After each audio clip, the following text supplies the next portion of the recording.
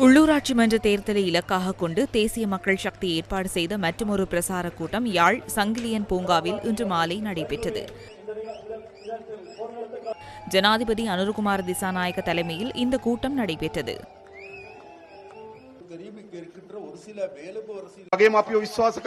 நீங்கள் எம்மிடமிருந்து நிவர்த்திக்க எதிர்பார்க்கும் பல பிரச்சனைகள் உள்ளன. அந்த பிரச்சனைகளை நாம் நிவர்த்திப்போம். இனவாத குழுக்கள் அதற்கு எதிர்ப்பு தெரிவிக்க முற்பட்டாலும் நாம் அச்சமின்றி அந்த பிரச்சனைகளை தீர்ப்போம். உங்களது உரிமைகளை பாதுகாத்து தேசிய ஐக்கியத்தை ஏற்படுத்துவதற்கான அனைத்து நடவடிக்கைகளையும் நாம் முன்னெடுப்போம். நான் ஒவ்வொன்றாக கூறுகின்றேன். முதலாவது, பாதுகாப்பு காரணத்துக்காக மக்களின் காணிகள் கையகப்படுத்தப்பட்டுள்ளன. தற்போது யுத்தம் ஒன்று நாட்டில் இல்லை. தொடர்ந்தும் பாதுகாப்பு காரணத்தை முன்னிறுத்தி பொதுமக்களின் காணிகளை அரசாங்கம் தன்வசம் வைத்திருப்பதற்கு எவ்வித உரிமையும் இல்லை. விடுவிக்கக்கூடிய அனைத்து காணிகளையும் நாம் விடுவிப்போம்.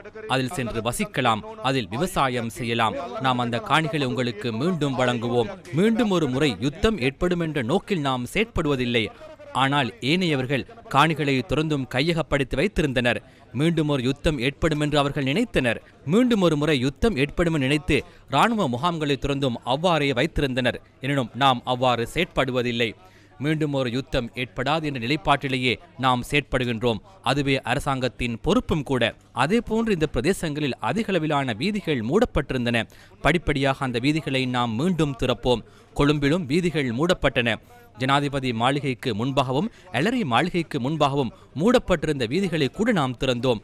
ஜனாதிபதி மாளிகை மற்றும் எலரி மாளிகைக்கு முன்பாகவிருந்த வீதிகளை திறக்க முடியுமாயின் யாழ்ப்பாணத்தில் வீதிகளை மூடி வைப்பதற்கு எந்த உரிமையும் இல்லை. அனைத்து வீதிகளையும் திறப்போம்.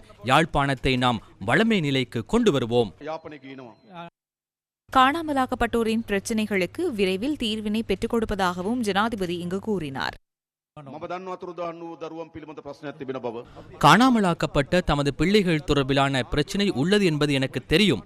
உங்களது பிள்ளைகளை நீங்கள் அரசாங்கத்திடம் கையளித்திருந்தால், இல்லாவிட்டால் போலீஸ் நிலையம் ஒன்றில் ஒப்படைத்திருந்தால் அல்லது இராணுவ முகாம் ஒன்றில் கையளித்திருந்தால் அந்த பிள்ளைகளுக்கு என்ன நடந்தது என்பது தொடர்பில் கண்டறிய வேண்டும்.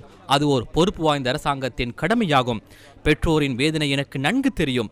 சாதாரணமாக ஒருவர் உயிரிழந்தால் நாம் சடலத்தை காண்போம், இறுதிக்கிரியை செய்வோம், 2-3 வாரங்கள் கண்ணீர் வடிப்போம். சிறிது காலத்தில் ஓரளவு வளமை நிலைமைக்கு திரும்பி விடுவோம். ஆனால் ஒரு பிள்ளை காணாமல் போனார், அவ்வாறு அல்ல. அந்த பிள்ளை இன்னும் உயிருடன் வாழ்கிறார் என்று அந்த தாய் நினைக்கின்றாள். அந்த வேதனை எனக்கு நன்கு தெரியும். எனது உறவுமுறை சகோதரர்களும் காணாமல் போயுள்ளனர். எனவே அந்த பிள்ளைகளுக்கு என்ன நடந்தது என்பது பற்றி உண்மையை நாம் எடுத்துக் கூற வேண்டும். அது யாரையும் பழிவாங்கும் விடயமல்ல, எவரையும் சிறைக்கு அனுப்புவதற்கான விடயமல்ல. நல்லிணக்கத்துக்கு அது தேவைப்படுகின்றது. அரசாங்கம் என்ற வகையில் நாம் அதனை செய்வோம். யாழ் நூலகத்தை விரைவில் அபிவிருத்தி செய்வதாகவும் ஜனாதிபதி இங்கு கூறினார். யாழ் நூலகத்தில் கரும்புள்ளியாக பதிந்தொரு வரலாறு பதிவாகியுள்ளது. 83-81 ஆண்டுகளில் பல அழிவுகள் ஏற்பட்டன.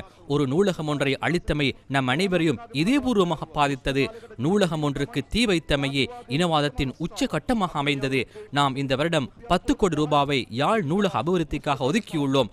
மாணவர்கள் கல்வி கற்பதற்காக நாம் அதனை செய்ய வேண்டும். அதனை நாம் செய்வோம். தமிழ் மரபுரிமைகளை பிரதிபலிக்கும் வகையில் யாழ்ப்பாணத்தை மாற்றி அமைப்பதாகவும் ஜனாதிபதி கூறினார்.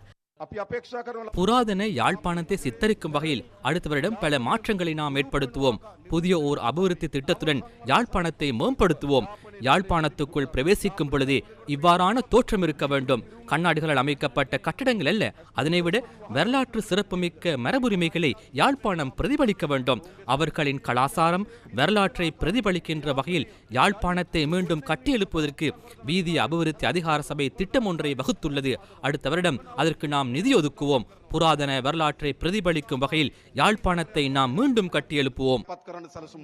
புலம்பெயர் தமிழ் மக்களுக்கு மீண்டும் நாட்டில் முதலீடு செய்யுமாறும் ஜனாதிபதி அழைப்பு விடுத்தார்.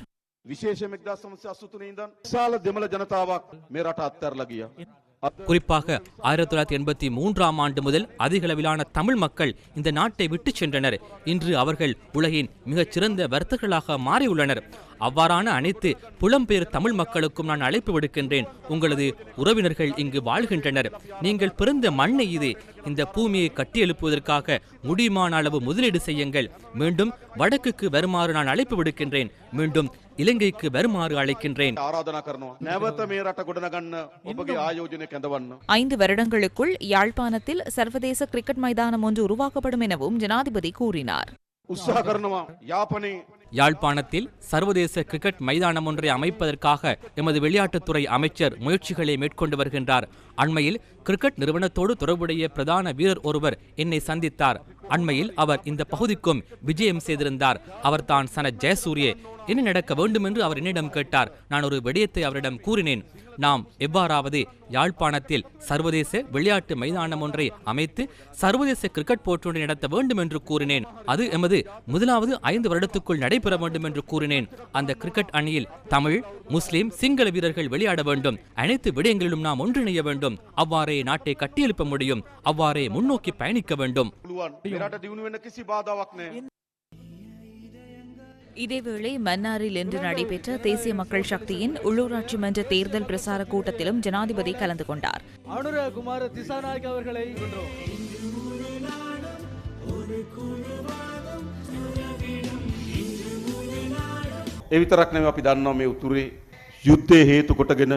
எமக்கு தெரியும், வடமாகாணத்தில் யுத்தத்தை காரணம் காட்டி மக்களின் காணிகளை அரசாங்கம் கைப்பற்றியுள்ளது. சில வீதிகளை மூடவ நிலைமை ஏற்பட்டுள்ளது. தனியார் காணிகள் வனவள திணைக்களத்தினால் வருத்தமானி மூலம் பிரசுரிக்கப்பட்டுள்ளது.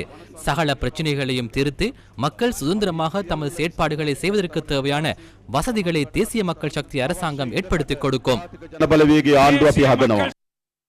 இலங்கை இந்திய மீனவர் பிரச்சினை மற்றும் மன்னாருக்கும் ராமேஸ்வரத்துக்கும் இடையிலான பயணிகள் படகு சேவை தொடர்பிலும் ஜனாதிபதி கருத்து தெரிவித்தார்.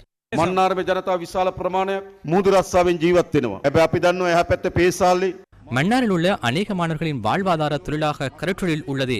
பேசாலையில் யார் மீன்பிடிக்கிறார்கள் என்பது எமக்கு தெரியும். சட்டவிரோதமாக மீன்பிடிக்கும் படகுகளின் மூலம் பாரிய அழிவு எமது கடல் வளத்துக்கு ஏற்படுகின்றது.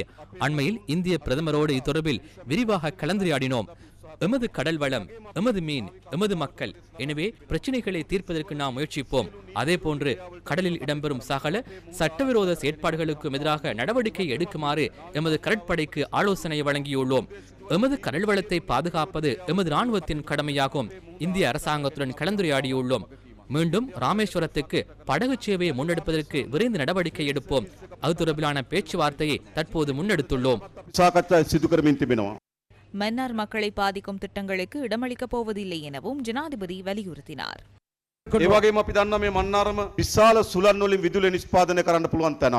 காற்றாலையூடாக மின்சாரத்தை உற்பத்தி செய்வதற்கு ஏற்ற இடமாக மன்னார் உள்ளது. எனினும் கடந்த காலங்களில் மக்களின் கருத்துக்களை செவிமடுக்காமல் சுற்றாடலுக்கு பாதிப்பு ஏற்படும் வகையில் இந்த திட்டத்துக்கு இணக்கம் தெரிவித்தனர். இவை அனைத்தையும் தற்போது நாம் தற்காலிகமாக நிறுத்தியுள்ளோம். சூழலுக்கு பாதிப்பு ஏற்படாத வகையிலும் மக்களின் வாழ்வுக்கு இடையூறு ஏற்படாத வகையிலும் செயற்படுவதற்கு நாம் தயார். மன்னாருக்கும் புத்தளத்துக்கும் இடையிலான வீதி பல வருடங்களாக மூடப்பட்டுள்ளதை நீங்கள் அறிவீர்கள். வீதியை திறக்கும் பட்சத்தில் புத்தளத்துக்கு செல்வதற்கு 90 கிலோமீட்டர் குறையும். மாற்று திட்டத்துடன் மன்னாருக்கும் புத்தளத்துக்கும் இடையிலான வீதியை திறப்பதற்கு நாம் எதிர்பார்க்கின்றோம். இந்த பிரதேச சபைகளையும் தூய்மைப்படுத்த வேண்டிய தேவை இருக்கின்றது, சுத்தப்படுத்த வேண்டிய தேவை இருக்கின்றது. வெற்றி வாகை அதிகரித்திருப்பதன் காரணமாக இன்றைக்கு நம்ம அரசியல்வாதிகள் மீண்டும் மக்களுக்கு பூச்சாண்டி காட்டுகின்ற வேலை, மக்களை மீண்டும் திசை திருப்புகின்ற வேலை, தாங்களுடைய விளையாட்டுக்களை ஆரம்பித்திருக்கிறார். ரணில் விக்ரமசிங்கா விட்டு காலை நக்கி கொண்டு இருந்தவர்கள் இன்றைக்கு எங்களை பார்த்து ரவுடின்னு சொல்றாங்க.